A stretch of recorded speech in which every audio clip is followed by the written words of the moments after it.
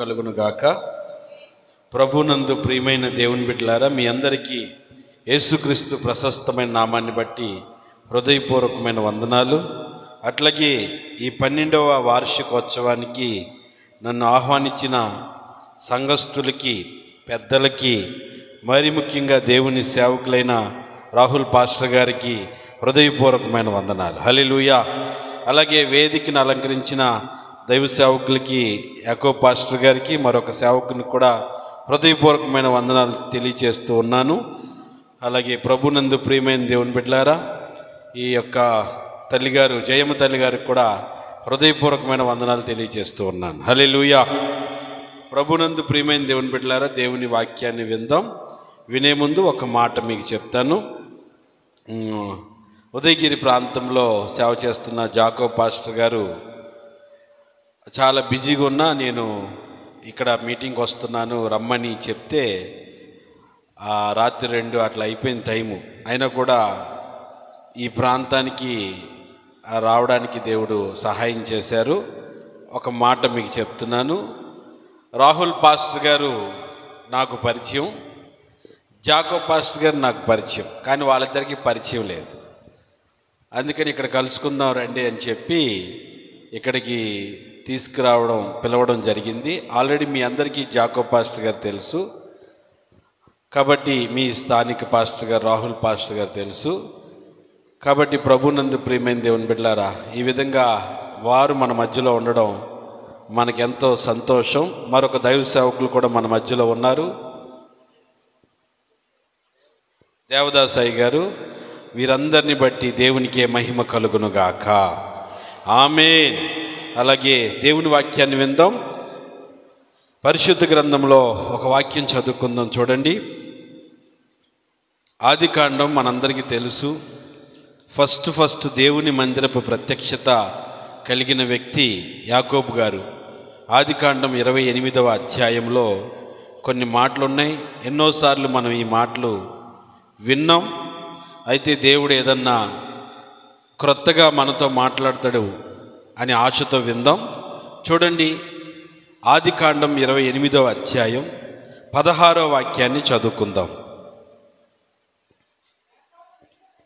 యాకోబు నిద్ర తెలిసి నిశ్చయముగా యెహోవా ఈ స్థలమందు ఉన్నాడు, అది నాకు తెలియకపోయేననుకొని భయపడి, ఈ స్థలము ఎంతో భయంకరము, ఇది దేవుని మందిరమే గాని వేరొకటి కాదు, పరలోకపు గవిని ఇదే అనుకొనెను. హల్లెలూయా. ఈ రోజున మనము కొన్ని స్థలాలు చూస్తాం, కొంతమంది మనుషుల్ని చూస్తాం. అయితే మనము వాళ్ళు ఏమవుతారో మనకు తెలియదు, ఆ స్థలంలో ఏం కట్టబడుతుందో మనకు తెలియదు. యాకోబు కూడా ఇక్కడ దేవుని మందిరం కట్టబడుతుంది, ఈ స్థలము దేవుని ప్రత్యక్షత కలిగిన స్థలము అని ఆయనకు తెలియదట. మామూలుగా సాదాసీదాగా ఉన్న స్థలమేలే, ఇక్కడికి మనం వచ్చాం, కొద్దిగా రెస్ట్ తీసుకుందామని వచ్చాడు.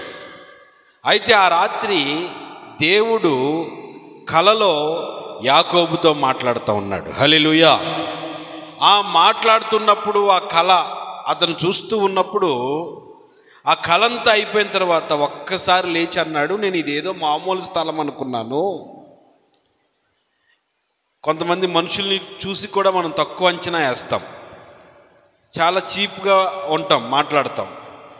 అయితే వాళ్ళ స్థితి ఏంటో మనకు తెలియదు.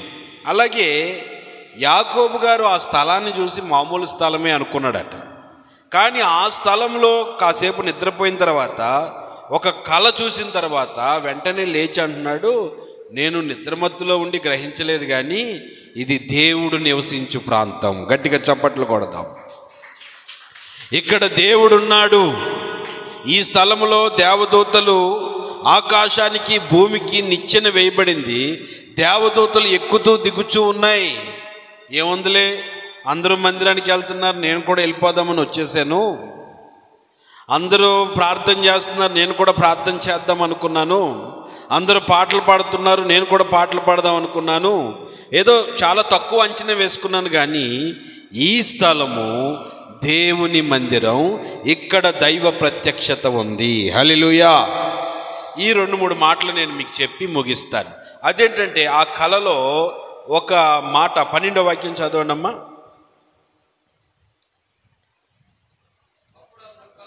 అప్పుడు అతడు ఒక కల కనెను,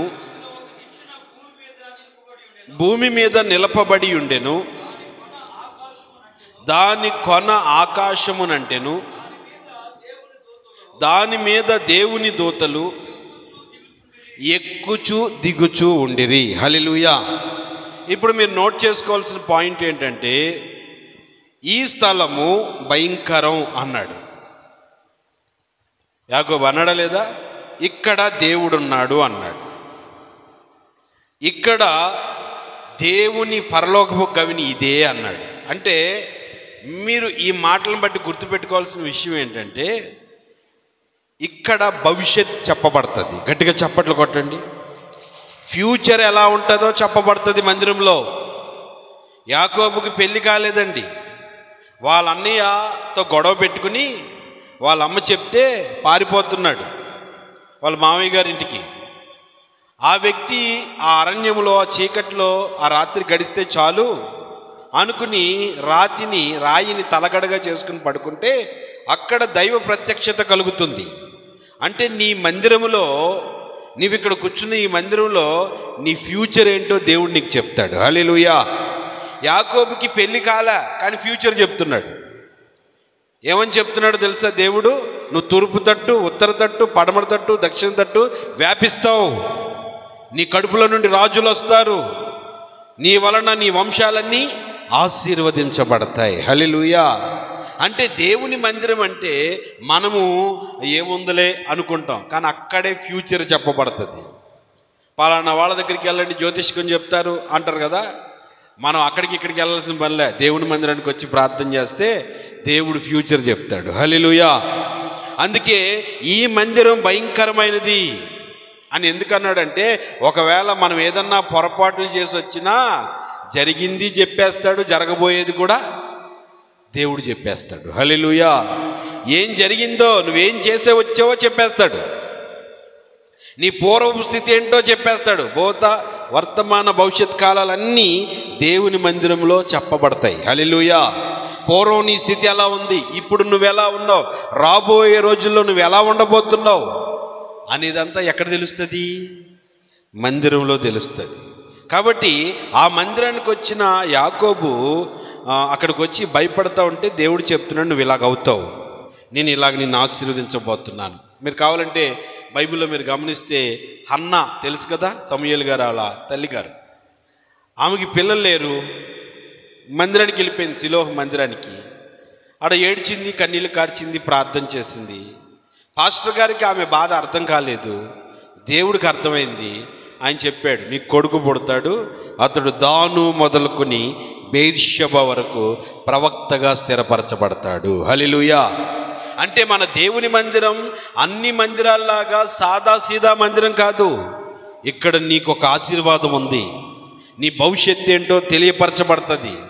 నీ జీవితాన్ని దేవుడు ఎలా చెక్కబోతున్నాడో, దేవుడు నీ జీవితాన్ని ఎలా మలచబోతున్నాడో, దేవుడు నీ జీవితాన్ని ఎలా ఆశీర్వదించబోతున్నాడో ఈ భయంకరమైన స్థలం, ఈ మందిరంలో దేవుడు తెలియజేస్తాడు. హల్లెలూయా. ఓకేనమ్మా, అర్థమైంది కదా. ఆ తర్వాత అక్కడ ఉన్న ఇంకొక అనుభవం ఏంటంటే, ఆకాశము నుండి భూమి మీదకి ఏం వేసారంట? నిచ్చెన వేయబడింది. ఆకాశము నుండి భూమి మీదకి నిచ్చెన వేయబడింది. ఆ నిచ్చెన మీద దేవదూతలు ఎక్కుతూ దిగుతూ ఉన్నాయట. ఈ మాటను బట్టి మనం గమనిస్తే ఆలోచన ఏంటంటే, దేవుని మందిరం దగ్గరికి ఆ స్థలం మీదకి నిచ్చెన వేయబడింది. ఆ నిచ్చెన మన ప్రభు అయిన యేసుక్రీస్తు సాదృశ్యం. ఆకాశానికి భూమికి మధ్యలో ఆయన వేలాడాడు. ఆయన ద్వారానే మనకు రక్షణ కలిగింది. అయితే ఇక్కడ ఇంకొక అనుభవాన్ని మీకు తెలియజేస్తాను. ఆకాశానికి భూమికి నిచ్చెన వేయబడిందట. అయితే ఆ పైనేమో దేవుని సింహాసనం ఉంది, కిందేమో యాకోబు ఉన్నాడు. హల్లెలూయా. ఎవరున్నారండి? యాకోబు ఉన్నాడు. ఈ ఎక్కుతూ ఉన్న దేవదూతలు ఎక్కడికి వెళ్తున్నాయంటే సింహాసనాసీనుడైన దేవుని దగ్గరికి వెళ్తున్నాడు దేవదూతలు. దిగుతున్న దేవదూతలు ఎక్కడికి వస్తున్నాయంటే అదిగో భయపడుతూ కుమిలిపోతూ మా అన్నయ్యకి తెలియకుండా ఆశీర్వాదం తీసేసుకున్నాను, మా అన్నయ్య నన్ను ఏం చేస్తాడో అని భయపడిపోతూ ఉన్న వ్యక్తి దగ్గరికి దేవదూతలు దిగి వస్తున్నాయి. హల్లెలూయా. అంటే కొన్ని దేవదూతలేమో సింహాసనం దగ్గరికి వెళ్తున్నాయి, కొన్ని దేవదూతలు ఎవరి దగ్గరికి వస్తున్నాయి? మందిరములో ఉన్న యాకోబు దగ్గరకు వస్తున్నాయి. అది గుర్తుపెట్టుకోండి, ఎందుకంటే ఇది మందిరము వార్షికోత్సవం కదా. మందిరం యొక్క విశిష్టత, మందిరం యొక్క శ్రేష్టత మీకు తెలియజేస్తున్నా అమ్మా, అది గుర్తుపెట్టుకోండి. మందిరంలో ఉన్న వ్యక్తి దగ్గరికి దేవదూతలు దిగి వస్తున్నాయి. అయితే ఎక్కుతూ దిగుతూ ఉన్న దేవదూతలు ఏం చేస్తున్నాయంటే, నేను ఇందాక చెప్పాను కదా, అక్కడ భవిష్యత్ చెప్పబడుతుంది. దేవుడి దగ్గరికి వెళ్ళగానే ఆ ప్రభా ఏంటి చెప్పండి అంటే, యాకోబుకు చెప్పు నేను అతని వంశాలను ఆశీర్వదిస్తానని అన్నాడు. అప్పుడు ఆ దేవదూత దేవుడి దగ్గర ఒక ఆశీర్వాదం తీసుకుని అలా తీసుకుని వచ్చి, అయ్యా ఇదిగో దేవుడు నీకు ఈ ఆశీర్వాదం ఇచ్చాడు, నీ పిల్లలు రాజులు అవుతారట, నీ కడుపులో నుండి నక్షత్రాలు పుడతాయట, నీ కడుపులో నుంచి యేసుప్రభుల వారు పుడతారంట అని చెప్పి ఆ ఆశీర్వాదాలన్నీ తీసుకొచ్చి యాకోబు తల మీద పెడుతున్నారు. గట్టిగా చప్పట్లు కొడతాం.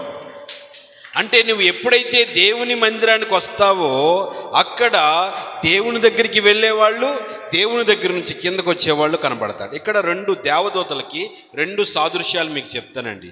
ఒకటి దేవదూత అంటే సేవకుడు. ఎవరండి? సేవకుడు. ఇంకొక దేవదూతలు అంటే మనకి రెక్కలు కట్టుకుని 6 రెక్కలు కట్టుకుని 2 రెక్కలతో ముఖం కప్పుకుని 2 రెక్కలతో శరీరం అంతా కప్పుకుని 2 రెక్కలతో ఎగురుతూ ఉన్నవే ఆ దేవదూతలు. హల్లెలూయా. ఓకేనా? ఇప్పుడు సేవకుడు గురించి చెప్తాను. మందిరములో ఉన్న దైవజనుడట ప్రతిరోజు దేవుని వర్తమానాన్ని ప్రజలకు అందించేటప్పుడు ఆయన దేవుడి దగ్గరికి వెళ్ళాలట. ఎవరి దగ్గరికి వెళ్ళాలమ్మా? దేవుడి దగ్గరికి వెళ్ళాలి. దేవుడి దగ్గరికి వెళ్ళి, ప్రభువా ప్రజలు ఏయో సమస్యల చేత వస్తారు, ఏయో బాధల చేత వస్తారయ్యా, అందుకని వాళ్ళకి ఏమి ఇమ్మంటావు, వాళ్ళకి ఏం చెప్పమంటావు అని చెప్పి దేవుని సన్నిధికి వెళ్ళి ప్రార్థన చేస్తూ ఉంటే దేవుడు అంటాడు, ఇదిగో ఇది తీసుకెళ్ళి నా ప్రజలకు పెట్టు, ఈ ఆహారం లేదా ఈ వాక్యం ప్రశస్తమైంది నా ప్రజలకు పెట్టు అని చెప్తే, అప్పుడు శనివారం అంతా దేవుని సేవకులు సిద్ధపడి, చాలామంది సేవకులు నాకు తెలిసి సిద్ధపడుతూ ఉంటారు. ఆదివారం వచ్చి దేవుడు ఏమి ఇచ్చాడో అది తీసుకొచ్చి మీకు పెట్టేస్తారు. హల్లెలూయా. దేవుడిచ్చింది మనం తిన్నామనుకోండి, మనకి నీరసం వస్తుందా, బలం వస్తుందా? బలం వస్తుంది. ఇప్పుడు దేవదూతలు కింద నుంచి పైకి వెళ్తున్నాయంటే దేవుడి దగ్గరికి వెళ్తున్నాయి, మరలా పైనుంచి కిందకు వస్తున్నాయంటే నీ దగ్గరికి వస్తున్నాయి, నీకేం కావాలో ఇవ్వడానికి. అలాగ దేవదూత అనే మాటకి ఒక అర్థము దేవుని సేవకుడు. ఈ మందిరము దేవుని ప్రత్యక్షత. అంటే దైవ సేవకుడు ఏం చేయాలి, ఏం చేస్తున్నాడు అంటే, దేవుని సన్నిధిలో కనిపెట్టుకుని ప్రజలు వస్తారయ్యా ఆదివారం ఈరోజు మిమ్మల్ని ఆరాధించడానికి వస్తారు, మిమ్మల్ని స్తుతించడానికి వస్తారు, వాళ్ళకి నేను ఏం చెప్పాలి అని అడిగితే ఆయన ఒక ప్రత్యక్షత ఇస్తాడట. ఆ ప్రత్యక్షత తీసుకొచ్చి ప్రజలకి అందించాలి. హల్లెలూయా. ఓకేనమ్మా, అర్థమైంది కదా. రెండోది దేవదూతకి అర్థం ఏంటంటే, రెక్కలు కట్టుకుని దేవుని దగ్గర పరిశుద్ధుడని దేవుణ్ణి స్తుతిస్తున్నాయే ఆ దేవదూతలు కూడా నీకు ప్రొటెక్షన్గా, కాపుదలగా ఉంటాయి. ఒకటి దైవ సేవకుడు, రెండవది దేవదూతలు. దైవ సేవకుడు ఏంటి నీ కాపుదల అంటే, దైవ సేవకుడు ప్రార్థన చేస్తా ఉంటుంటే దేవుడు నిన్ను కాపాడడం మొదలు పెడతాడు. హల్లెలూయా. కృష్ణా జిల్లా గన్నవరం ప్రాంతంలో సేవ చేస్తున్నా.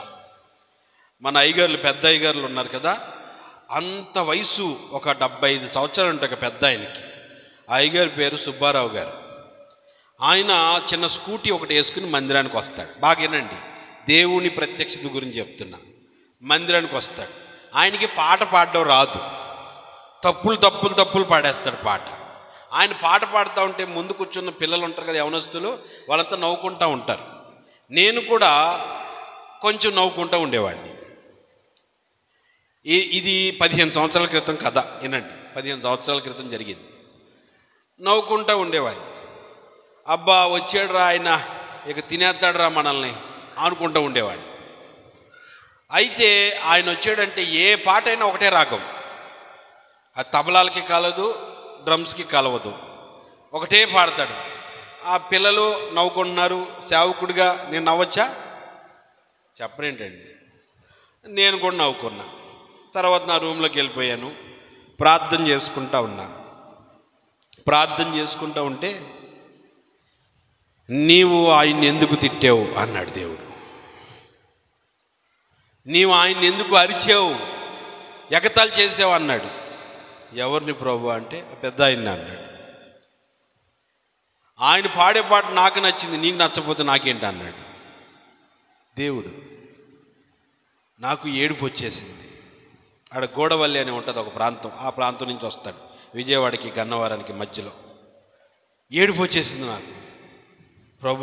అప్పుడు ప్రభు చెప్తున్నాడు, వాళ్ళు కొడుకులతోటి, కూతురులతోటి, అల్లుళ్ళతోటి, కోడళ్ళతోటి ఆ నలిగిపోయి మందిరానికి వస్తే నువ్వు కూడా ఏడిపిస్తున్నావు అన్నాడు.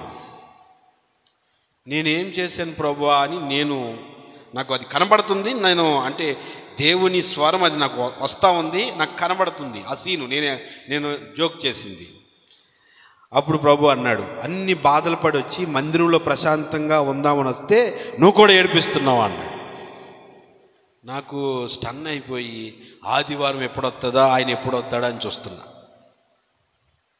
ఆదివారం ఎప్పుడు వస్తుందా, ఆ పెద్ద ఆయన ఎప్పుడు వస్తాడా అని చూస్తున్నా.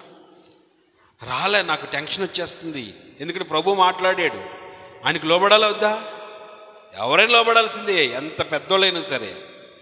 ఆయన రాలేదు, నాకు టెన్షన్ వచ్చేస్తుంది. టేబుల్ పక్కన కూర్చొని చూస్తున్నా, పెద్ద ఆయన రాలేదే అని. ఎందుకంటే నేను సమాధాన పడాలి, ప్రభు నాతో చెప్పాడు కదా. అందుకని తీరా చూస్తే వచ్చాడు. వచ్చిన పాట ఏమనరా అన్న పిల్లలకి, అదే రాగం, పాట పాడడం రాదు, కానీ ఎవరికి నచ్చింది చెప్పాడుగా నాకు. పాడుకున్నాడు, నేను సంతోషంగా ఫీల్ అయ్యా. ఆ తర్వాత ప్రార్థనలు చేస్తున్నా అందరికీ. ఆయనకి ప్రార్థన చేయలే, ఉండయ్యా ఆఖరణ చేస్తా అన్న. అందరిని పంపించేసి, అయ్యా ఈరోజు నువ్వు నాతో భోంచేయన్న అంటే ఉన్నాడు పాపం పెద్ద ఆయన. నా రూమ్లో తీసుకెళ్ళి భోజనం పెట్టించా. మరి తెలుసుగా మీకు, విశ్వాసులు అన్ని రకాల కూరలు చేసి పెడతారు కదా. అక్కడ చికెన్ ఉంది, ఫిష్ ఉంది, పెరుగు ఉంది, సాంబార్ ఉంది, పచ్చడి అన్నీ ఉన్నాయి. అయ్యా తినండి అంటే, అయ్యా ఇన్ని రోజులు బతుకున్నానంటే ఆ పెరుగన్నం పట్టేనయ్యా అన్నాడు. ఏం తినలే, పెరుగన్నమే తిన్నాడు. దేవుడు మిమ్మల్ని చూస్తున్నాడయ్యా, మీ గురించి నాకు చెప్పాడు, నేను మీ ఎడల పొరపాటుగా ప్రవర్తించాను, దయతో నన్ను క్షమించండి అన్న. గట్టిగా చప్పట్లు కొట్టండి. దేవుని ప్రత్యక్షత ఉంటుందా ఉండదా? నువ్వు ఏం బాధలు పడుతున్నావో, నువ్వు ఏం సమస్యలు అనుభవిస్తున్నావో నీకంటే దేవుడికి తెలుసు. అది ఎవరికి చెప్తున్నాడు? సేవకుడికి చెప్తున్నాడు. అందుకని మీరు గమనించారనుకోండి, బైబిల్ అంతా ఆశ్చర్యకరంగా ఉంటుంది.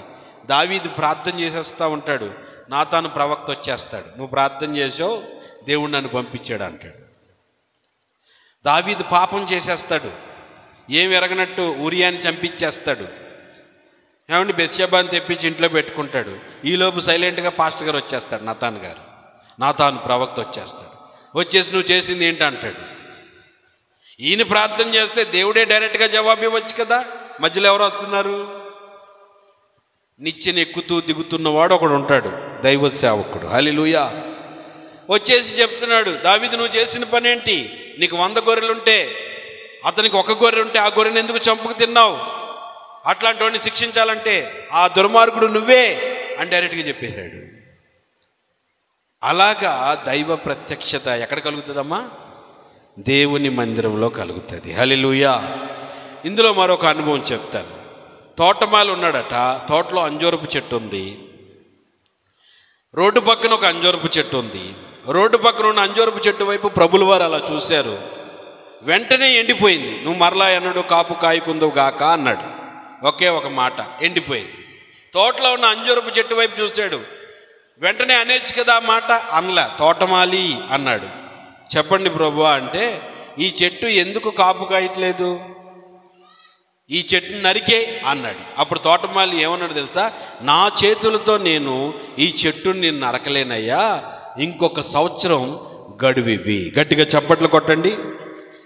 అంటే దైవ సేవకుడు ఉన్న తోట, దైవ సేవకుడు ఉన్న సంఘం 4 సంవత్సరాల ఆయుష్ పొడిగించబడింది. రోడ్డు పక్కన ఉన్న చెట్టుకి కొంచెమైనా ఆయుష్ వచ్చిందా? రోడ్డు పక్కన ఉన్న చెట్టుని చూశాడు, దానికి తల్లిదండ్రులు లేడు, అమ్మ నాన్న లేడు, దిక్కు దశ లేదు, దానికి అదే ఎదిగేస్తుంది, దానికి అజమాయిషి చేసేవాళ్ళు లేడని వెంటనే నువ్వు కాపు కాయు కొందువు గాక అన్నాడు. తోటలో ఉన్న చెట్టుని చూశాడు, బ్రదర్ ఇట్రా, ఈ విశ్వాసం ఏంటి ఎదగట్లేదు, 3 సంవత్సరాల నుంచి చూస్తున్నా అంటే 3 సంవత్సరాల క్రితమే అది చచ్చిపోవాలి, కానీ 3 సంవత్సరాలు గడువిచ్చాడట. ఈ దైవజనుడు తోటమాలి మరలా రిక్వెస్ట్ చేస్తే 4వ సంవత్సరం కూడా గడువిచ్చాడు. గట్టిగా చప్పట్లు కొట్టండి. కాబట్టి ప్రభునందు ప్రియమైన దేవుని బిడ్డలారా, దైవ ప్రత్యక్షత ఏమండి జరిగింది, జరుగుతుంది, జరగబోయేది కూడా దేవుని మందిరంలో దేవుడు మనకి తెలియజేస్తూ ఉంటాడు సేవకుల ద్వారా. ఈ మందిర వార్షికోత్సవ సందర్భంగా అంతకుముందు దైవజనులు ఎంత కష్టపడ్డారో ఇప్పుడున్న దైవ సేవకులు అన్ని విషయాలు చాలా చక్కగా చెప్పారు. కాబట్టి మీరు కూడా ఈ దైవ ప్రత్యక్షతలు అనుభవించండి, దేవుని ద్వారా మేలు పొందండి. హల్లెలూయా. ఆ తర్వాత మనం అక్కడ వాక్యాన్ని గమనిస్తే దేవదూతలు ఎక్కుతూ దిగుతూ ఉన్నాయట. అంటే నువ్వు ఏది చేస్తున్నా సరే దైవ సేవకుడి ద్వారా దేవుడు మాట్లాడతాడు. చాలామంది అనుకుంటారు, నువ్వే చెప్పావు కదా పాస్టర్ గారికి నా సంగతి, నువ్వే చెప్పుంటావులే నాకు తెలుసు అనుకుంటారు. కానీ అవసరంలా, ఆటోమేటిక్గా దేవుడే మాట్లాడేస్తాడు. ఒకరోజు అలాగే బాగా జ్వరం వచ్చేసింది, ఏం వాక్యం చెప్పలేకపోతున్నాను, విశ్వాసులు అందరూ వచ్చి కూర్చున్నారు, ఒక 500 మంది వచ్చి కూర్చున్నారు, ఏం వాక్యం చెప్పాలో అర్థం కావట్లేదు, జ్వరము, నిలబడలేని స్థితి. సర్లే, ఆ బైబిల్లో ఒక మాట ఉంటుంది, ఏంటి తెలుసా, కుందేళ్లకి బండలు ఆశ్రయ స్థానములు అని ఉంటుంది. కుందేళ్ళు బండను ఆశ్రయిస్తాయి అని రాసి ఉంటుంది. ఆ చిన్న కథ చెప్పి ఈరోజు ముగిచ్చేద్దాంలే, వాక్యం చెప్పలేనని విశ్వాసులకి చెప్పా. అమ్మ ఈరోజు ఏమనుకోబాక, నాకు బాగాలేదు, ఒక అరగంట వాక్యం చెప్పి ముగిచ్చేస్తానంటే ఆ రోజే కొత్తగా ఒక ఫ్యామిలీ వచ్చింది. ఆ చిన్న కథ అరగంట సేపు చెప్తే, పాస్టర్ గారు దేవుడు నాతో మాట్లాడాడు అన్నారు, మీ ద్వారా నాతో మాట్లాడాడు అన్నారు. ఆశ్చర్యం వేసింది, ఏంటి ఈ చిన్న మాట నాకు నీరసం వచ్చి నేను చెప్పలేని స్థితిలో ఈ ప్రజలకి చెప్తే అని ఆశ్చర్యపోయిన. కారణం ఏంటంటే వాళ్ళ కోసమే ఆ మాట చెప్పించాడు. కాబట్టి ప్రియులారా, దేవుని బిడ్డలారా, పెద్దలారా, దేవుని వాక్యం చెప్తుంది, దేవదూత పైకి ఎక్కుతూ దిగుతూ ఉన్న దైవ సేవకుడు నీకుంటే నీ సంఘానికి ఆశీర్వాదం. హల్లెలూయా. కాబట్టి దైవ సేవకులు రాహుల్ పాస్టర్ గారిని బట్టి మీరందరూ ప్రార్థన చేస్తూ ఉండాలి. ఆయనే మీకు కాపుదల. యెహోవా నా కాపరి, నాకు లేమి లేదు. అంటే గొర్రెలకి కాపరి ఎవరు? కాపరి అంటే కాపుదల, కాచేవాడు. సంఘానికి కాపరి, కాచేవాడు. అలాగా దేవుని సేవకుని ద్వారా మీకు ఆయుష్ పొడిగించబడుతుంది. దేవుని సేవకుని ద్వారా మీ జీవితాలు ఆశీర్వదించబడతాయి. హల్లెలూయా. మీ అందరికీ బాగా పరిచయమైన వ్యక్తి తబిత చనిపోయింది. పాస్టర్ పేతురు గారు వచ్చారు, చనిపోయిన ఆమెను చూశాడు. ఆమె మందిరంలో చేసిన పరిచర్యను బట్టి, ప్రజలకి చేసిన పరిచర్యను బట్టి ఆ దైవజనుడు అనుకున్నాడంట, ఇవి ఇంకా బతికుంటే బాగుంటుందని ప్రార్థన చేస్తే మరలా బ్రతికిందట. గట్టిగా చప్పట్లు కొట్టండి. దైవ సేవకుని ద్వారా 4 సంవత్సరాల ఆయుష్ పొడిగించబడింది ఆ తోటలో ఉన్న చెట్టుకి. కాబట్టి ఎక్కుతూ దిగుతూ ఉన్న దైవజనుడు నీకు ఉంటే నీ సంఘానికి, నీ కుటుంబానికి గొప్ప ఆశీర్వాదం కలుగుతుంది. హల్లెలూయా. రోజు దైవ సేవకులు చేతులెత్తి ప్రార్థన చేస్తూ ఉంటారు, ప్రభువా మా బిడ్డలను ఆశీర్వదించండి, మా సంఘాన్ని ఆశీర్వదించండి, మా విశ్వాసులందరినీ ఆశీర్వదించండి, వారికి ఉన్న సమస్యలు తొలగించండి ప్రార్థన చేస్తూ ఉంటుంటే అది నీకు కాపుదలగా, ప్రొటెక్షన్గా వచ్చేసి నిన్ను ఆశీర్వదించడం మొదలు పెడుతుంది. హల్లెలూయా. తర్వాత ఇంకొక దేవదూతలు అని చెప్పాను కదా, రెక్కలు కట్టుకున్న దేవదూతలని, దాని గురించి మరలా చెప్తాను. ఆ కిందకి మనం కాస్త వస్తే అక్కడ ఒక మాట రాయబడి ఉంది, అది చదవండి, అది చదువుకుందాం. చూడండి, 28వ అధ్యాయం 21వ వాక్యాన్ని చదువుకుందాం. 21, 22. అప్పుడు యాకోబు, నేను తిరిగి నా తండ్రి ఇంటికి క్షేమముగా వచ్చినట్లు దేవుడు నాకు తోడై ఉండి నేను వెళ్ళుచున్న ఈ మార్గములో నన్ను కాపాడి తినుటకు ఆహారమును ధరించుకొనుటకు వస్త్రములను నాకు దయచేసిన ఎడల యెహోవా నాకు దేవుడై ఉండును. మరియు స్తంభముగా నేను నిలిపిన ఈ రాయి దేవుని మందిరమగును. మరియు నీవు నాకిచ్చు యావత్తులో 10వ వంతు నిశ్చయముగా నీకు చెల్లించేదనని మొక్కుకొనెను. హల్లెలూయా. నెక్స్ట్ పాయింట్ బాగా వినండి. మందిరం గురించి చెప్పాను, దేవదూత దైవ సేవకుడు గురించి చెప్పాను. మూడోది ఏంటంటే, ప్రియమైన దేవుని బిడ్డలారా, దేవుని మందిరములోనట మొక్కుబళ్ళు 10వ వంతులు చెల్లించాలి. ఎందుకు అంటే అక్కడ రాయబడి ఉంది, నేను తినడానికి ఆహారం ఇస్తే. తర్వాత ఏమన్నాడండి, కట్టుకోవడానికి వస్త్రాలు ఇస్తే, నేను వెళ్తున్న ప్రయాణాలు మార్గాలన్నిట్లో నీవు తోడుగా ఉంటే. అంటే దేవుడికి మనకి ఒక కమిట్మెంట్ అన్నమాట, ఒక నిబంధన. ఏంటంటే, ప్రభువా ఈరోజు బతికున్నానంటే నీ కృప, ఈరోజు పని చేసుకుంటున్నానంటే నీ కృప, ఈరోజు అంత అన్నం తింటున్నానంటే నీ కృప, ఈరోజు ఈ స్థితిలో ఉన్నానంటే నీ కృప. నీవు నన్ను ప్రేమించావు కాబట్టి, నేను క్షేమంగా ఉన్నాను కాబట్టి, నేను వస్త్రాలు కట్టుకున్నాను కాబట్టి, ఆహారం తిన్నాను కాబట్టి, మరలా నేను వెళ్ళిన మార్గాల్లో తిరిగి క్షేమంగా వస్తే నీకు చెల్లించవలసిన మొక్కుబళ్ళు నేను నీకు చెల్లిస్తాను. గట్టిగా చప్పట్లు కొట్టండి. మనము అన్ని మందిరాల్లో జరిగే తంతే ఇది. అయిపోయిన తర్వాత బలులు అర్పిస్తాం, కానుకలు చెల్లిస్తాం, దేవుణ్ణి స్తుతిస్తాం. అయితే ఇక్కడ నేను ఇంపార్టెంట్ మాట ఒకటి చెప్పాలనుకున్నాను. అదేంటంటే, ఈ రోజున యాకోబు అన్న మాట ఏంటో తెలుసా? చదవండి ఒకసారి, ఆ మాట చదువుకుందాం. నీవు నాకిచ్చు అనే మాట ఉంటుంది చూడండి, 22వ వాక్యం. నీవు నాకిచ్చు యావత్తులో. హల్లెలూయా. ఇప్పుడు దావీదు అదే మాట చెప్పాడు.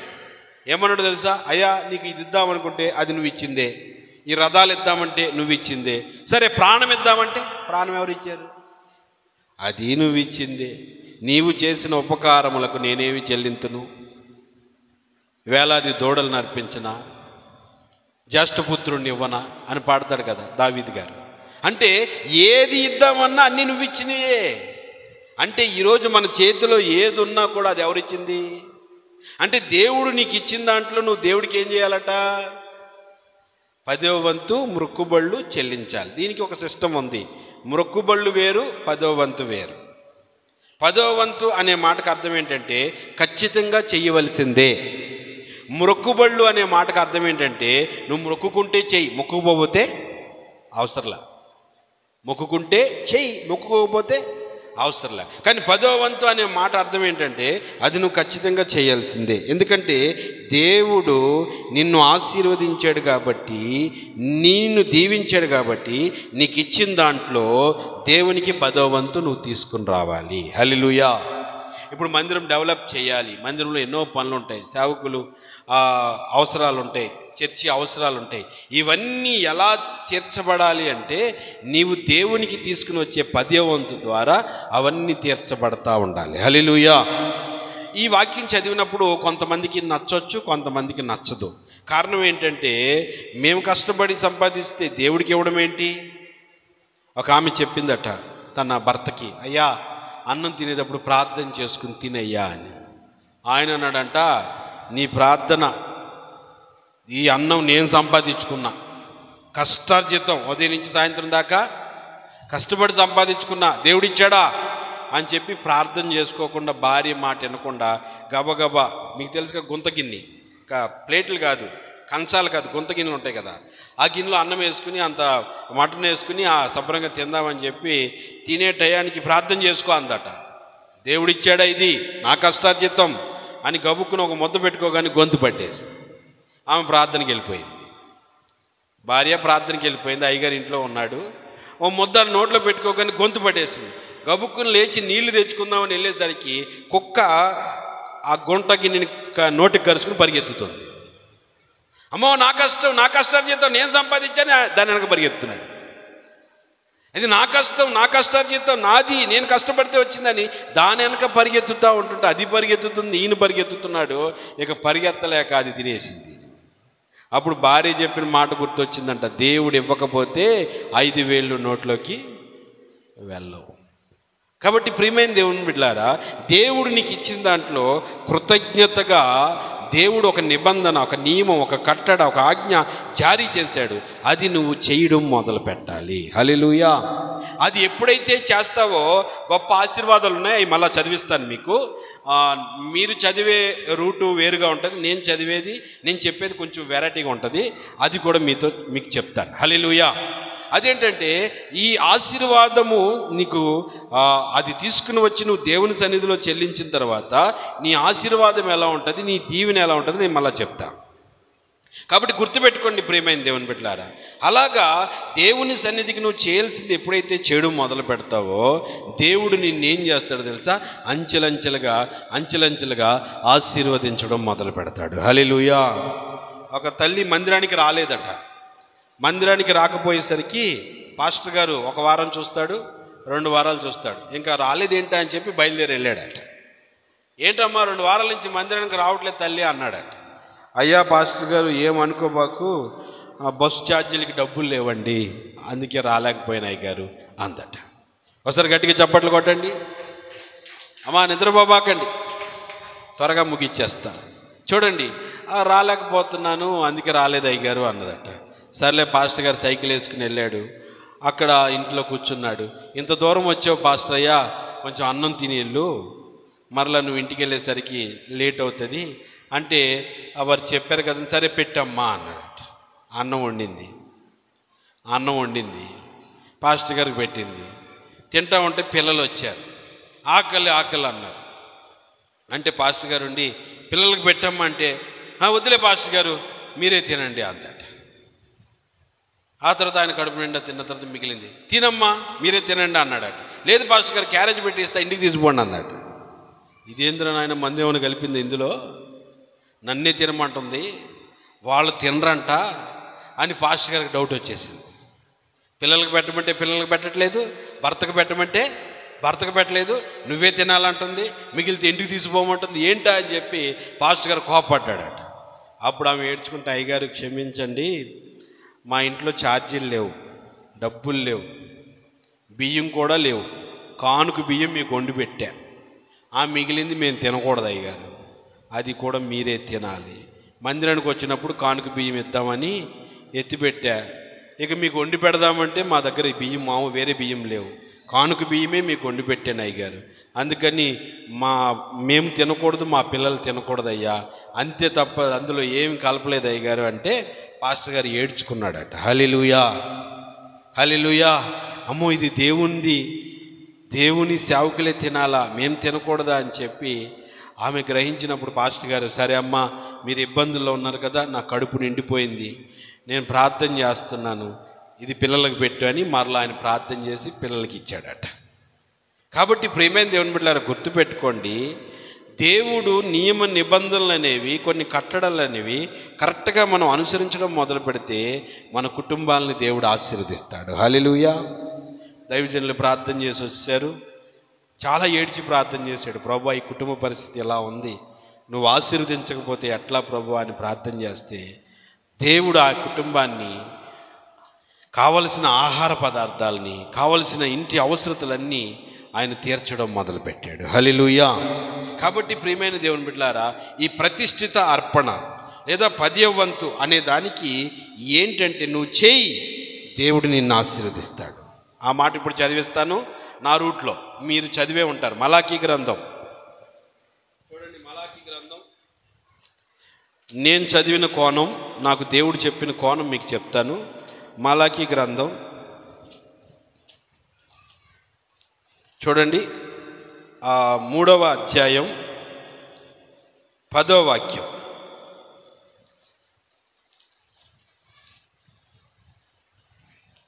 మూడవ అధ్యాయం 10వ వాక్యం. నా మందిరములో ఆహారం ఉండునట్లు 10వ భాగం అంతయు మీరు నా మందిరపు నిధిలోనికి తీసుకుని రండి. దీన్ని చేసి మీరు నన్ను శోధించిన ఎడల నేను ఆకాశపు వాక్యండ్లను విప్పి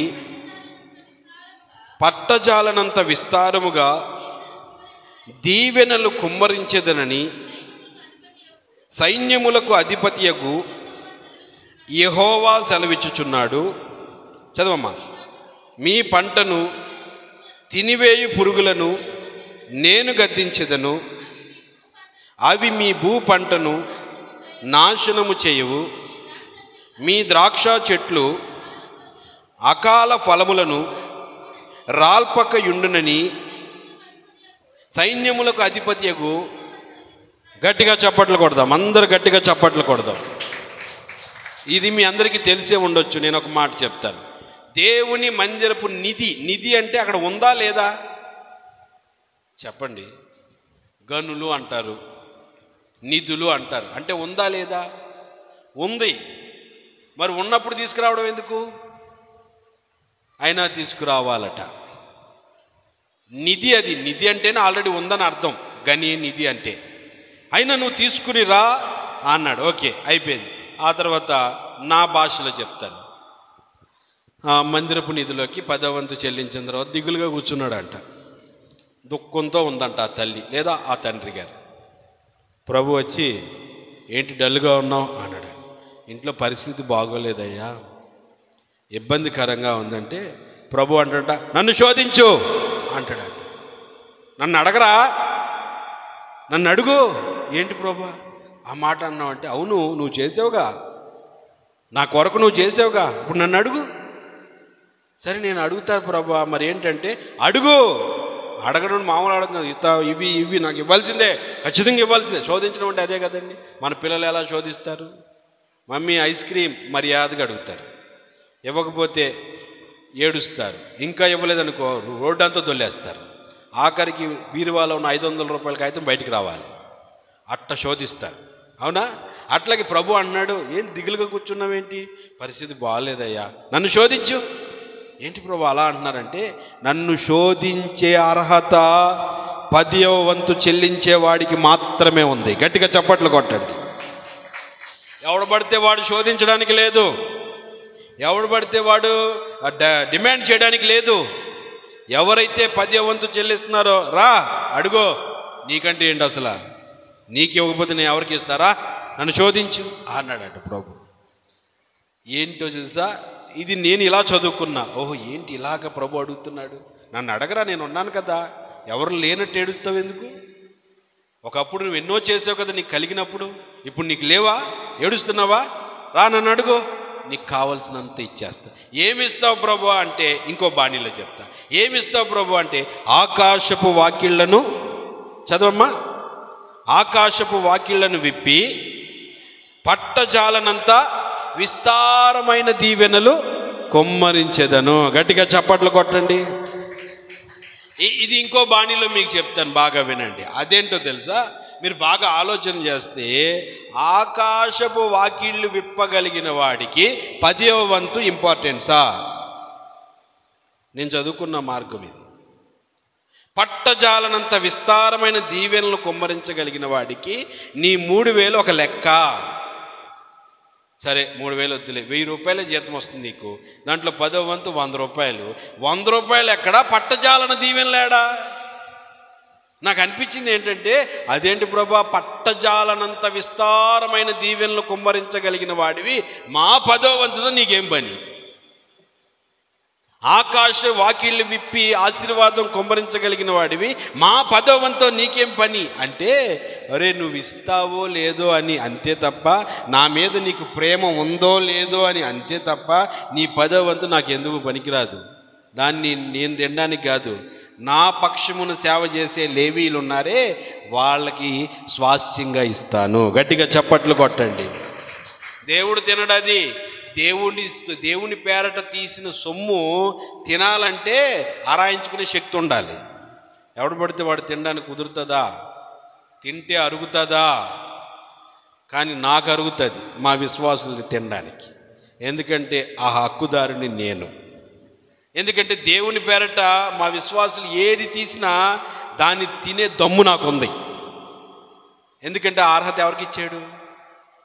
మీకు అర్థమవుతుంది కదమ్మా, నేను మీకు అర్థం అవ్వాలని అలా చెప్తున్నా, అంతే, గర్వం అనుకోబాకండి, మీకు అర్థం అవ్వాలని చెప్తున్నాను. హల్లెలూయా. అంటే ఆ దేవుడికి సంబంధించిన దాన్ని ముట్టుకోవడానికి, దేవుడికి సంబంధించిన దాన్ని అనుభవించడానికి ఒక బ్యాచ్ని లేపాడు. దాన్ని సేవకులు అంటారు, లేవీలు అంటారు. అందుకే పాత నిబంధనలో చదివితే 12 గోత్రాల్లో 11 గోత్రాల వాళ్ళకి అన్నీ పంచి లేవీ గోత్రానికి ఏమీ లేదన్నాడు. ఏంటి ప్రభువా మా పరిస్థితి ఏంటి? నా సేవ చేయండి, నా ప్రజల కోసం ప్రార్థన చేయండి, నా పేరట అట్టిపొండి తీశారనుకో అది నువ్వే తిను, నేను తిన్ను. నా పేరట జాంకాయ తీశారనుకో అది నువ్వే తిను, నేను తిన్ను. నా పేరట ఏదైనా తీసుకొచ్చారనుకో నువ్వే తిను, ఎందుకంటే నీకే స్వాస్థ్యం ఇవ్వలేదు కదా, నీకే ఆస్తులు పంచలేదు కదా, ఆ ప్రజలు తెచ్చింది నీకు ఇస్తున్నాను, అనుభవించు అన్నాడు. హల్లెలూయా.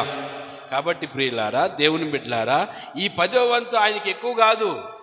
నేను అలాగే చదువుకున్న ఆకాశ వాకిళ్ళు విప్పగలిగిన వాడు, పట్టజాలనంత దీవెనలు కుమ్మరించగలిగిన వాడు, నా 1000 రూపాయల్లో నేను ఆ 100 రూపాయలు ఆయనకి ఎక్కువ. అందులో నిధి అంటున్నాడు ఒక పక్క, సిస్టమ్ అన్నమాట, క్రమం. ఆ క్రమాన్ని మనం గుర్తుపెట్టుకోవాలి. హల్లెలూయా, హల్లెలూయా. అందుకే మీరు బాగా గుర్తుపెట్టుకోండి. చాలామంది చెప్తూ ఉంటారు, ఏమని చెప్తూ ఉంటారంటే, స్త్రీలు కొద్దిగా వినండి అమ్మ, ఏమని చెప్తారంటే వాళ్ళ భర్త 3000 రూపాయలు చీర తెచ్చిపెట్టినా కూడా సంతోషం ఉండదంట. వాళ్ళ అమ్మ 500 రూపాయలు చీర తెస్తే ఊరంతా చూపిస్తుందంట, మా అమ్మ పెట్టింది, మా అమ్మ పెట్టింది, మా అమ్మ పెట్టింది, మా అమ్మ పెట్టింది అంటారంట. మీకు అర్థమైందా? అట్లాగే దేవుడు సంతోషిస్తాడు మనల్ని చూసి. హల్లెలూయా. కాబట్టి ప్రియమైన దేవుని బిడ్డలారా, బైబిల్ వాక్యాన్ని గమనిస్తే దేవుడు సన్నిధికి నీవు వచ్చావు, డిమాండ్ చేయి. డిమాండ్ చేసే అర్హత నీకు రావాలంటే, శోధించే అర్హత నీకు రావాలంటే, అదిగో ఆయన నిధిలోకి 10వ వంతు చెల్లించాలి. హల్లెలూయా. మరి మొక్కుబడులు అని చెప్పాను కదా, అది నీ ఇష్టం. మొక్కుకుంటే చెల్లించు, లేకపోతే అవసరం లేదు. మళ్ళీ ఇంకేమంటాడు తెలుసు, అసలు నేను ఎవడు మొక్కుకోమన్నాడు అంటాడు. చేతకానప్పుడు నువ్వెందుకు మొక్కుకున్నావు అంటాడు దేవుడు. చేతనైతే మొక్కుకోవాలి కానీ ఆపద మొక్కులు, చేతకానప్పుడు ఎందుకు మొక్కుకుంటావు అంటే అవసరం లేదు, మొక్కుకోవద్దు అంటాడు. అంటే కొన్ని కరెక్ట్గా ఖచ్చితంగా చెయ్యాలి, కొన్ని స్వేచ్ఛ అర్పణలు నీ స్వేచ్ఛను బట్టే చెయ్యాలి. హల్లెలూయా. ఓకేనండి, అర్థమైంది కదా. ఆ 10వ వంతు వాడికి అలా ఉంటుందట. ఆ కింద ఆ మాట చూస్తారా, పంటల గురించి రాస్తుంది. మీ పంటను తినివేయు పురుగులను నేను గద్దించెదను, నాశనము చెయ్యవు. హల్లెలూయా. మా ప్రాంతంలో ఎక్కువ మా విశ్వాసులు, నేను గిద్దలూరు పోరుమామిళ్ళ ప్రాంతాల్లో సేవ చేస్తా. పోరుమామిళ్ళలో ఎక్కువ పొలాల్లో పని చేసుకుంటూ ఉంటారు. వాళ్ళకి చెప్తాను అర్థమయ్యేటట్లు. ఎలా చెప్తానంటే, ఈ పురుగులు బయలుదేరి వెళ్తున్నాయంట. బయలుదేరి వెళ్తున్నప్పుడు పురుగు ప్రభువా అంటదంట, వేసుకో పాడు చేసేయి అంటాడంట. గబ్బ గబ్బ గబ్బ పంట అంతా తినేస్తుందంట. తినేసి ఇంకో పక్క పొలానికి అట్లా వెళ్తా, ప్రభువా అంటే ఏయ్ దాన్ని ముట్టబాకు అంటాడంట. ఏం ప్రభువా అంటే, వాళ్ళు నా మందిరపు నిధిలోకి 10వ వంతు తీసుకుని వస్తున్నారు, వాళ్ళకి నేను ఒక వాగ్దానం ఇచ్చాను. ఏం వాగ్దానం ప్రభువా? మీ పంటను పాడు చేయు పురుగులను గద్దిస్తానని చెప్పాను. కాబట్టి వాళ్ళు అది చేస్తున్నారు కాబట్టి నేను నిన్ను గద్దిస్తున్నాను, ఆ పంట జోలికి పోవద్దు. గట్టిగా చప్పట్లు కొట్టండి. మా విశ్వాసులకి ఇలాగ చెప్తాను అన్నమాట. ఈ పురుగు బయలుదేరి వెళ్తూ ఉంటుంటే పొలమా ఏదో చేసుకో అంటాడంట. ఇంకొక పొలంలోకి వెళ్తుంటే, అమ్మో వద్దు, ఆ దానియేలయ్య గారికి నేను వాగ్దానం ఇచ్చాను, 10వ వంతు చెల్లిస్తే నీ పంటను పాడు చేయు, పురుగులను గద్దిస్తానని చెప్పాను, పంటను ముట్టుకోవద్దు, ఆ పంట జోలికి వెళ్ళొద్దు మీరు. పురుగులారా, పురుగులు దేవుని మాట వింటా వినవండి, వింటాయా వినవా? ఉదాహరణ, యోనా సొర చెట్టు వేసుకున్నాడు. దేవుడు సొర చెట్టు ఎండిపోవాలని ఎవరికి చెప్పాడు? దాన్ని కొరికే తినే అని ఎవరికి చెప్పాడు? పురుగు చెప్పి, యెహోవా ఆజ్ఞ ఇయ్యగా ఆ పురుగు బయలుదేరును అని రాసుంటుంది అక్కడ. హల్లెలూయా. అంటే ఆ సొర చెట్టుని కొరికే అని చెప్పాడంట, ఈ పురుగు బయలుదేరిందట. ఇప్పుడు ఇక్కడేమని చెప్పాడో తెలుసా? నీ పంటను పాడు చేయి పురుగులు నేను గద్దిస్తాను. హల్లెలూయా. ఇదండి డిమాండ్. శోధించే అర్హత నీకుంది.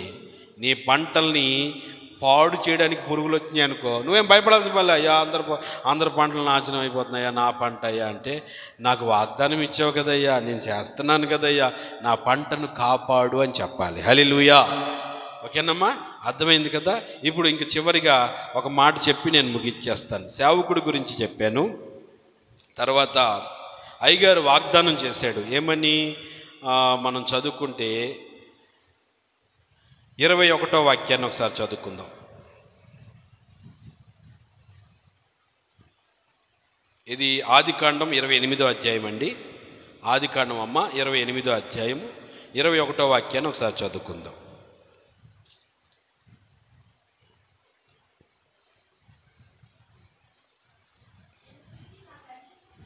నేను తిరిగి నా తండ్రి ఇంటికి క్షేమంగా వచ్చినట్లు దేవుడు నాకు తోడయుండి నేను వెళ్ళుచున్న ఈ మార్గములో నన్ను కాపాడి తినుటకు ఆహారమును ధరించుకొనుటకు వస్త్రమునను నాకు దయచేసిన ఎడల ఆమేన్. హల్లెలూయా.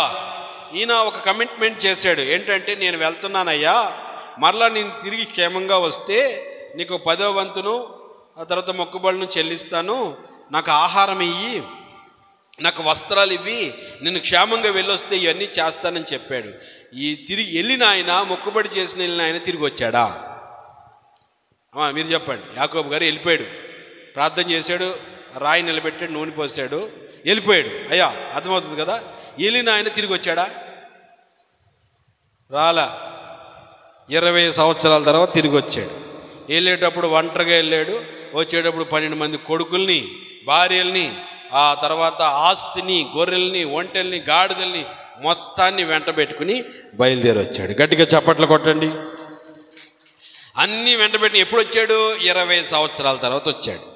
నోట్ చేసుకోండి, ఈ పాయింట్ ఒక్కటి మీరు నోట్ చేసుకోండి. ఇక్కడ ఒక గొప్ప ఆశీర్వాదం దేవదూతల గురించి చెప్తాను.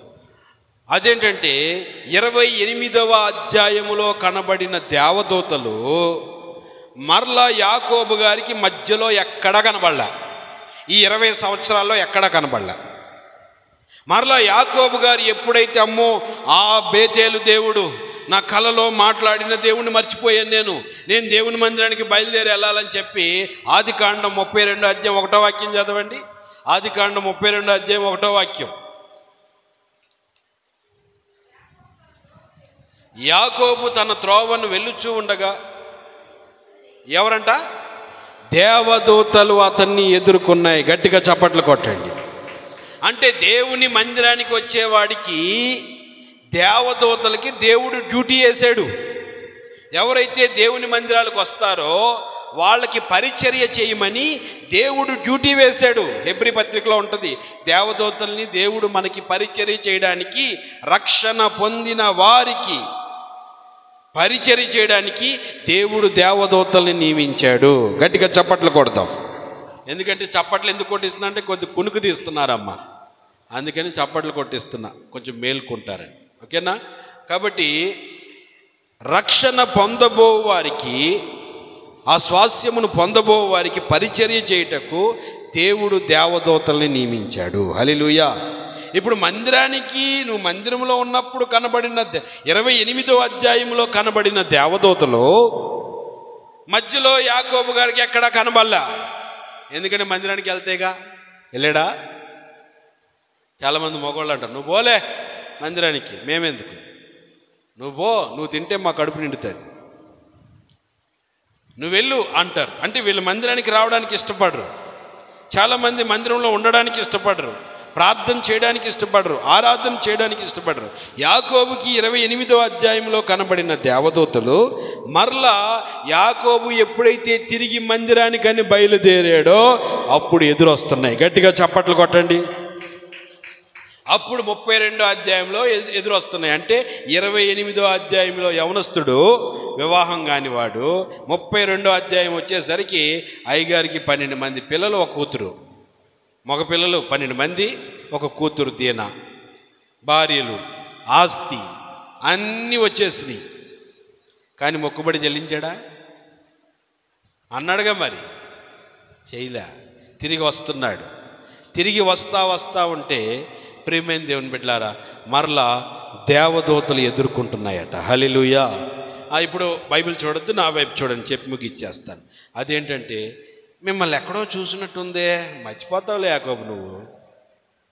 కాదు, రెక్కలు కట్టుకుని వస్తున్నారు మీరు, మిమ్మల్ని ఎక్కడో చూసినట్టు గుర్తు వస్తుందంటే అప్పుడే మర్చిపోయావా?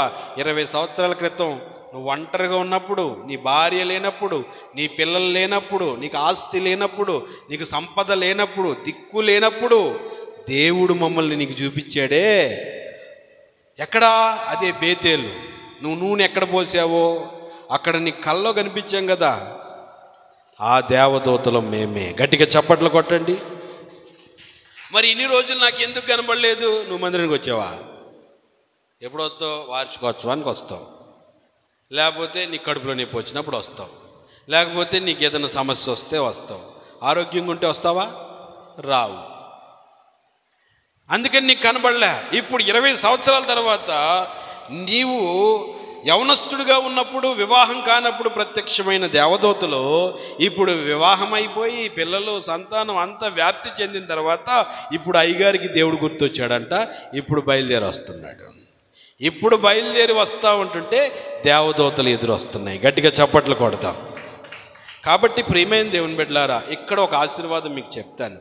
అదేంటంటే 28వ అధ్యాయంలో కనబడిన దేవదూతలు యాకోబు గారికి మరలా 32వ అధ్యాయంలో కనబడుతున్నాయి. అంటే దీని అర్థం ఏంటంటే, నువ్వు మందిరంలో ఉంటే దేవదూతలు నీతోనే ఉంటాయి. నువ్వు మందిరాన్ని వదిలేసి నీ ఇష్టానుసారంగా నువ్వు వెళ్ళిపోయావు అనుకో, దేవదూతలు నిన్ను వదిలేస్తాయి. అందుకే బైబిల్లో మీరు గమనిస్తే సంఘమంతా అత్యాసక్తితో ప్రార్థన చేస్తుందట. అప్పుడు పేతురు గారు వచ్చి తలుపు కొడుతుంటే ఆ చిన్నది రోదే అనే చిన్నది అంటది, అమ్మ అయ్యగారు వచ్చేసాడు, మన ప్రార్థనకి ఫలితం వచ్చేసిందంటే, పిచ్చిదానా నోరు మూసుకో, అయ్యగారు కాదు, అయ్యగారు దూత వచ్చి ఉంటుంది. ఎవరు దూతంట అంటే ఒక్కొక్క మనిషితో ఒక దూత ఉన్నట్టే. మామూలుగా అయితే నాకు తెలిసినంత వరకు, ఇంకా ఎన్ని ఉన్నాయో నాకు తెలియదు కానీ, ఒక్కొక్క మనిషితో 4 దూతలు ఉంటాయి మనకి, దేవదూతలు. ఒక్కొక్క మనిషికి 4 దేవదూతలు ఉంటాయి. ఒక దేవదూత పేరు గాబ్రియల్. ఏం పేరండి? గాబ్రియల్. ఇంకొక దేవదూత పేరు మికాయేల్. ఇంకొక దేవదూత పేరు సెరాపులు. ఇంకొక దేవదూత పేరు కెరూబులు. ఈ 4 రకాల దేవదూతలు ఒక మనిషితో తోడుగా ఉంటాయి. హల్లెలూయా. నాకు తెలిసినంత వరకు, ఇంకా ఎన్ని ఉన్నాయో నాకు తెలియదు. గాబ్రియల్, గాబ్రియల్ నువ్వు నాతో ఉన్నావు, నువ్వేం చేస్తావంటే, నువ్వు ఎడుతావుగా, నువ్వు ప్రార్థన చేస్తావుగా, నీ ప్రార్థన ప్రభు దగ్గరికి తీసుకెళ్తా. మరలా ఏం చేస్తావంటే, ప్రభు ఏమన్నా చెప్తే దయాప్రాప్తురాలా నీకు శుభం అని చెప్తా. హల్లెలూయా. మరి మికాయేల్ నువ్వేం చేస్తావు? నేనేం చేస్తానా? దానియేలు 21 రోజులు ఉపవాసం ఉండి ప్రార్థన చేస్తున్నాడు. అప్పుడు మధ్యలో ఆకాశ మండలంలో సాతాను సమూహం వర్తమానం రాకుండా అడ్డగించింది. అప్పుడు నేను వెళ్ళి యుద్ధం చేస్తాను. హల్లెలూయా. అర్థమైందండి? గాబ్రియల్ డ్యూటీ ఏంటంట?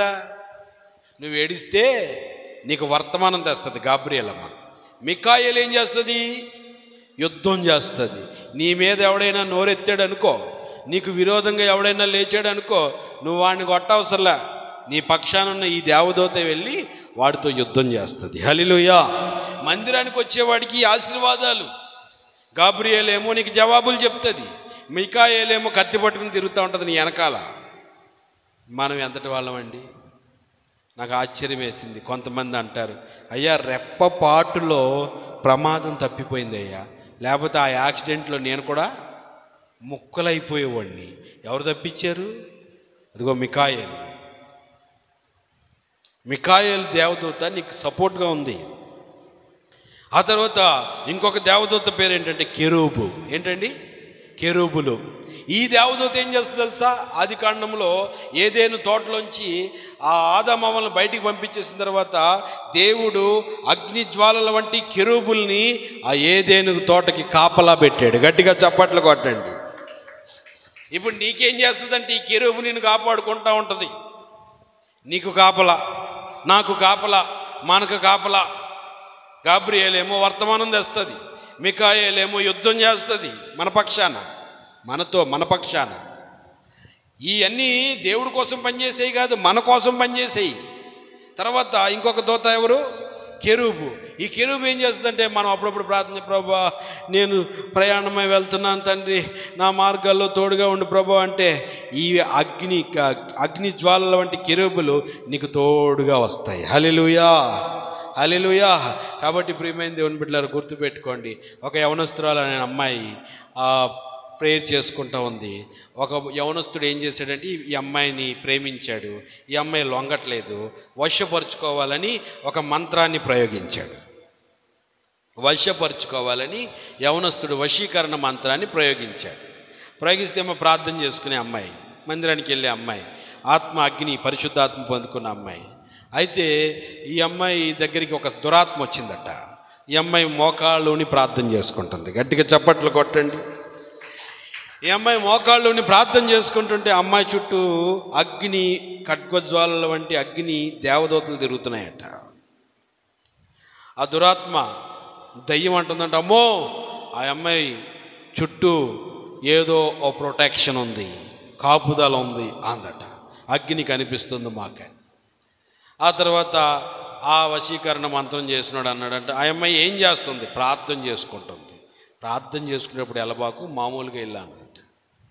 నిద్రపోయేటప్పుడు, కూరగాయలు కోసేటప్పుడు, నిద్రపోయేటప్పుడు వెళ్ళిందంట. నిద్రపోయేటప్పుడు వెళ్తే మంచం చుట్టూ కూడా అగ్ని ఖడ్గజ్వాలలు తిరుగుతూ ఉన్నాయి. గట్టిగా చప్పట్లు కొడదాం. ఆ అమ్మాయిని ఏం చేయలేకపోతున్నాయి. ఏంటిది అంటే, ఆ మంత్రగాడు చెప్తున్నాడంట, వాళ్ళు ప్రార్థన చేసే దేవుడు వాళ్ళ చుట్టూ అగ్నిని ప్రాకారంగా వేసాడు. మన మందిరానికి వస్తే ఏ దేవదూత వస్తుంది? గాబ్రియేల్ వస్తుంది, మికాయేలు వస్తుంది, తర్వాత కెరూబులు వస్తాయి. ఇంకా చాలా డిపార్ట్మెంట్లు ఉన్నాయి దేవదూతలకి, కానీ నాకు తెలిసిన ఈ 4 మీకు చెప్తున్నా. 4వ డిపార్ట్మెంట్ ఏంటంటే శరాపులు. ఏంటండి అవి? యెషయా గ్రంథం 6వ అధ్యాయంలో మనకు కనిపిస్తాయి. వాళ్ళందరూ పరిశుద్ధుడు పరిశుద్ధుడు పరిశుద్ధుడు అని 2 రెక్కలతో శరీరాన్ని కప్పుకుని, 2 రెక్కలతో ముఖమును కప్పుకుని, 2 రెక్కలతో ఎగురుతూ యెహోవా పరిశుద్ధుడు యెహోవా పరిశుద్ధుడని ఆయన్ని స్తుతిస్తూ ఉంటుంటేనంట గడప కమ్ముల పునాదులు అదిరిపోతున్నాయట. హల్లెలూయా. ఈ మాట మీకు చెప్తాను. బైబిల్లో పౌలు గారు అంటారు రోమాపత్రికలో, మీకు ప్రార్థన ఎలా చేయాలో తెలియదు, ఉచ్చరింప శక్యము కాని మూలుగులతో మీకు ప్రార్థన సహాయం చేయడానికి దేవుని ఆత్మ మీకు సహకరిస్తుంది. హల్లెలూయా. అంటే మనం ప్రార్థన కానీ కూర్చున్నాం అనుకో, దేవదూతలు మన పక్కన కూర్చుని చేయడానికి మనకి ఉత్సాహాన్ని కలుగు చేస్తాయి. పరిశుద్ధుడు పరిశుద్ధుడు అని మనం స్తుతిస్తూ ఉంటుంటే, మనం స్తుతించలేకపోతున్నా, మనం స్తుతించేటట్లుగా ప్రార్థించేటట్లుగా ఆ శరాపులు మనతో కలిసి దేవుణ్ణి స్తుతిస్తూ ఉంటాయి. హల్లెలూయా. కాబట్టి ప్రియమైన దేవుని బిడ్డలారా, ఆ 28వ అధ్యాయంలో కనబడిన దేవదూతలు మరలా ఎప్పుడు కనబడుతున్నాయమ్మా? 32వ అధ్యాయంలో. 28వ అధ్యాయంలో మందిరంలో ఉన్నాడు కాబట్టి కనపడ్డాయి, మధ్యలో లేడు కాబట్టి కనపడలా. మరలా 32వ అధ్యాయంలో తిరిగి మందిరానికి వస్తున్నాడు కాబట్టి ఇదిగో మీకు పరిచర్య చేయడానికి మేమున్నామని ఆ దేవదూతలు యాకోబుకు కనిపిస్తుంది. హల్లెలూయా. కాబట్టి ఈరోజు నేను ఈ మందిర వార్షికోత్సవ సందర్భంగా 4 మాటలు చెప్పాను.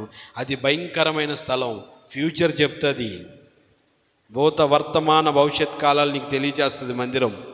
మందిరంలో దేవదూతలు ఉన్నాయి, దేవుని సేవకుడు ఉన్నాడు, దేవుని దగ్గర నుంచి ఆశీర్వాదాలు తెస్తాడు, హెచ్చరికలు తెస్తాడు, నీకు ఇస్తాడు. 3వది చెప్పాను, నువ్వు మందిరపు నిధిలోనికి 10వ వంతు చెల్లించు, అప్పుడు డిమాండ్ చేయి, ఎందుకు ఇవ్వవు ప్రభువా, నాకు నా పంటని ఎందుకు కాపాడవు ప్రభు అని అడుగు. ఆ డిమాండ్ చేసే అధికారం ఆ మందిరపు నిధిలోనికి 10వ వంతు తెచ్చేవారికి ఒక ఆశీర్వాదం ఇచ్చాడు. హల్లెలూయా. 4వదిగా దేవదూతల్ని దేవుడు పెట్టాడు. నువ్వు ఎప్పుడూ మందిరంలో ఉంటే దేవదూతలు ఎప్పుడూ నీతోనే ఉంటాయి. 1 గాబ్రియేలు, 2 మికాయేలు, 3 కెరూబులు, 4 శరాపులు. వాటి పని వాటి చేస్తూ ఉంటే నువ్వు హాయిగా నిద్రపోతూ ఉంటే నేను కాపాడుకుంటూ ఉంటాయి. నువ్వు డ్యూటీలకు వెళ్తూ ఉంటే నీతో పాటు వస్తూ ఉంటాయి. పాదములకు రాయి తగలకుండా ఎత్తి పట్టుకుంటూ ఉంటాయి. కాబట్టి ప్రియమైన దేవుని బిడ్డలారా, ప్రియమైన పెద్దలారా, దేవుడి మందిరపు వార్షికోత్సవ సందర్భంగా ఈ మందిరములో ఉన్నవారికి వచ్చే ప్రతి ఆశీర్వాదాన్ని దేవుడు మీకు కలుగు చేయునుగాక. అందరు లేచి నిలవబడండి, ప్రార్థన చేసుకుందాం. దేవుడు మీకు కలుగు చేయునుగాక. అందరు లేచి నిలవబడి ప్రార్థన చేసుకుందాం. ప్రభువు మనతో మాట్లాడిన ప్రతి మాటను బట్టి